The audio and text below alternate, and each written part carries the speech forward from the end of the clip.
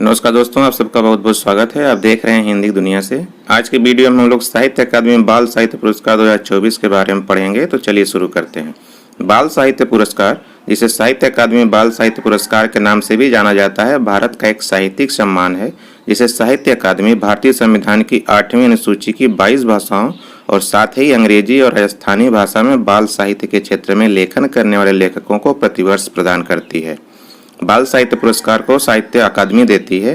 संविधान की 8वीं अनुसूची में शामिल 22 भाषाओं और अंग्रेजी और राजस्थानी भाषा में यह पुरस्कार दिया जाता है। कुल 24 भाषाओं की रचनाओं को यह पुरस्कार दिया जाता है।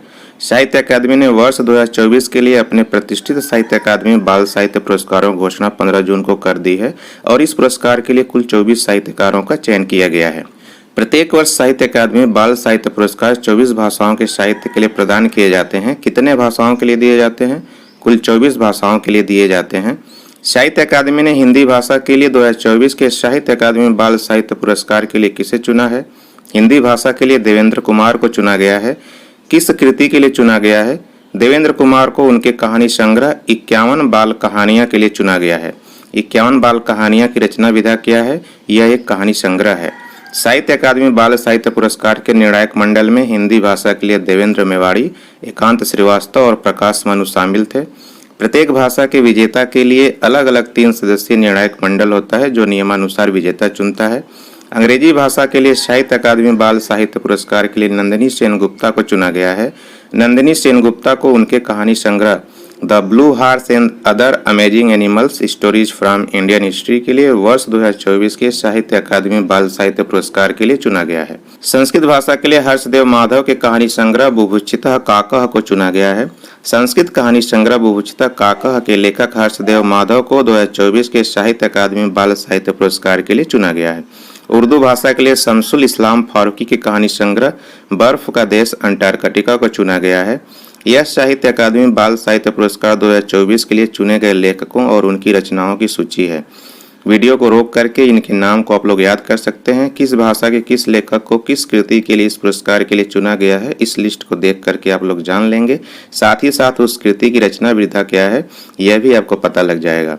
बाल साहित्य पुरस्कार 7 उपन्यासों, 6 कविता पुस्तकों, 4 कहानियों, 5 लघु कथाओं, 1 नाटक और एक ऐतिहासिक कथा के लिए प्रदान किया गया है। साहित्य अकादमी बाल साहित्य पुरस्कार की शुरुआत कब हुई थी? तो इसकी शुरुआत 2010 में की गई थी। जैसा कि नाम से यह स्पष्ट है, बाल साहित्य पुरस्कार साहित्य अकादमी द्वारा ही दिए जाते हैं। पुरस्कार उन पुस्तकों से संबंधित हैं जो पुरस्कार वर्ष के तत्काल पूर्ववर्ती वर्ष के अंतिम 5 वर्षों में अर्थात 1 जनवरी 2018 से 31 दिसंबर 2022 के बीच प्रथम बार प्रकाशित हुई हैं। इसके अलावा साहित्य अकादमी प्रत्येक वर्ष साहित्य अकादमी पुरस्कार भी देता है जो 1955 में शुरू हुए थे।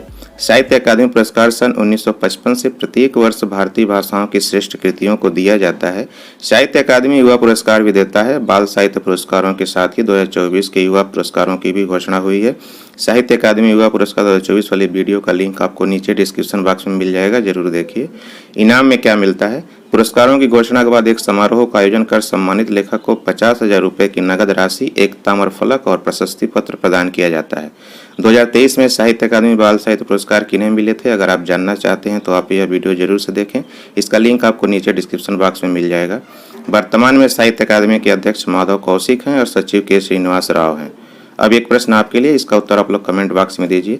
प्रश्न है, बुभुक्षितः काकः किसकी रचना है? पहला विकल्प है हर्षदेव माधव, दूसरा विकल्प है नंदिनी सेनगुप्ता, तीसरा विकल्प है देवेंद्र कुमार और चौथा विकल्प है रंजू हजारिका।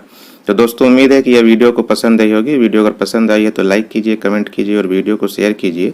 और अगर आप हमारे चैनल पर नए हैं तो हमारे चैनल को सब्सक्राइब कीजिए।